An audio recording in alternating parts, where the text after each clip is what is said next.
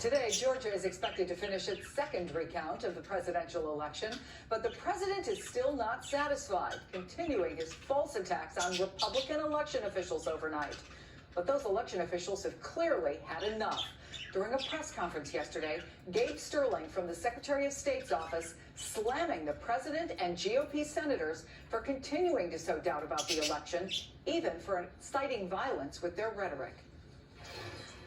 A 20-something tech in Gwinnett County today has death threats and a noose put out saying he should be hung for treason. Mr. President, you have not condemned these actions or this language. Senators, you have not condemned this language or these actions. This has to stop. We need you to step up, and if you're going to take a position of leadership, show some. Vaughn Hilliard is in Gainesville, Georgia, with the latest on that story. That was such a powerful statement, Vaughn. What exactly prompted this warning from Gabe Sterling, and have the Senate campaigns there responded? Yeah, good morning, Chris. I think it's important to note who Gabe Sterling is. He is a state official that works inside of the Secretary of State's office. He's in charge of overseeing the state's voting system.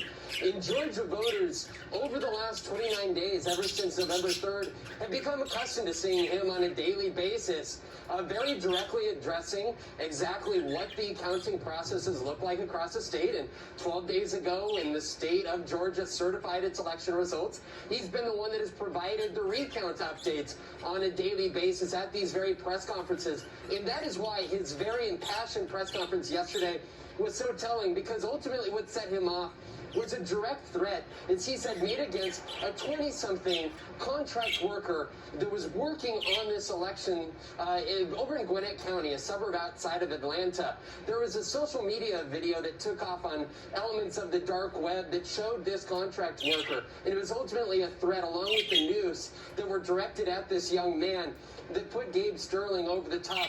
Because not only did he say that he has also received these threats, but as well as the Secretary of State, the Secretary of State's wife, as well as him. And yet the President of the United States himself continues to call this a fraudulent election in Georgia. And just yesterday morning, even said the state of Georgia should call off the runoff election slated for January 5th.